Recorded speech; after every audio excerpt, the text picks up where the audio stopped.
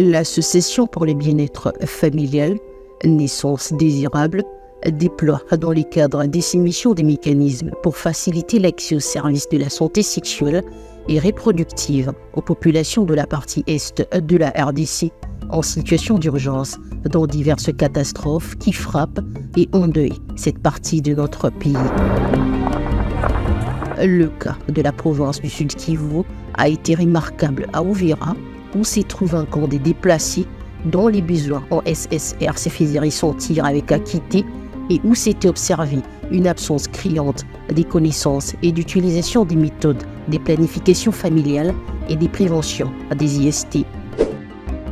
Plus de 400 femmes, dont 3 sites, ont bénéficié des kits de dignité afin de répondre à leurs besoins sexospécifiques avec un grand impact sur l'ensemble de cette communauté sinistrée. Les habitants de Bukavu ont été dans le même contexte sensibilisés autour de la SSR avec les informations capables de leur permettre de lutter contre les grossesses précoces et non désirées, les IST ainsi que les VIH. Les bénéficiaires n'ont pas manqué des mots pour exprimer leur gratitude aux donateurs de ces dons. Balituletea manake iko satu kado yetu sea wafie, manake tunafurahi tu sana. Nilikuwa bezoa masilipe, nilikuwa nishawakia tuna silipe 2 gisi waliniletea hivi, manake nashukuru tu sana.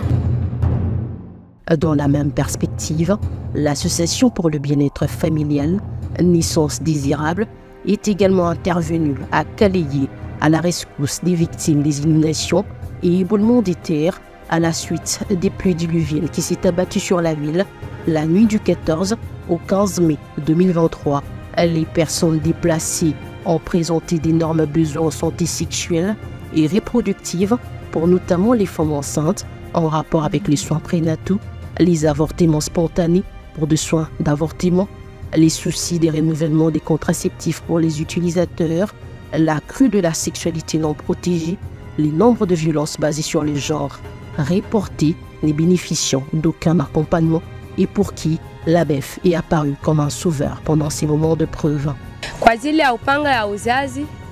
gisi mtu ateziza la ule mtoto, anamkomalisha,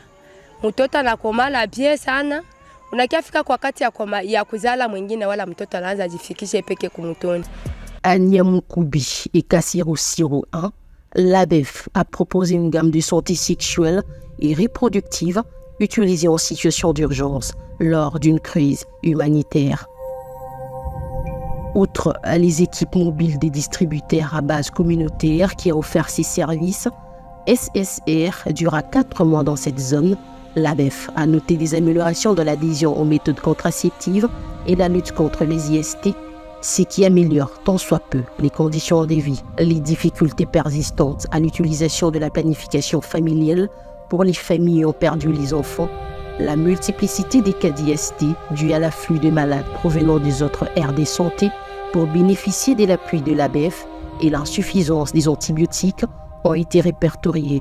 Une démonstration d'énormes défis à relever dans ces communautés en constante nécessité. Vraiment, après le projet, nous avons observé quand même que les indicateurs ont bien baissé, surtout par rapport aux maladies des IST, aussi par rapport à la planification familiale, on a les indicateurs ont essayé quand même de remonter dans nos 3 aires de santé, notamment Mongoza, Niamoukubi et Chouchou. Dans les cas de sinistrés, vraiment, il n'y a pas de souci. Les financements de l'UNFPA a été d'un grand apport pour organiser ces assistances à ces filles et femmes dans les besoins. La demande d'assistance humanitaire et d'encadrement en SR de communautés affectées par les catastrophes demeure une question majeure dans notre pays et un intérêt croissant des partenaires sur ces sujets, à l'instar de l'UNFPA, Syrie Salutaire.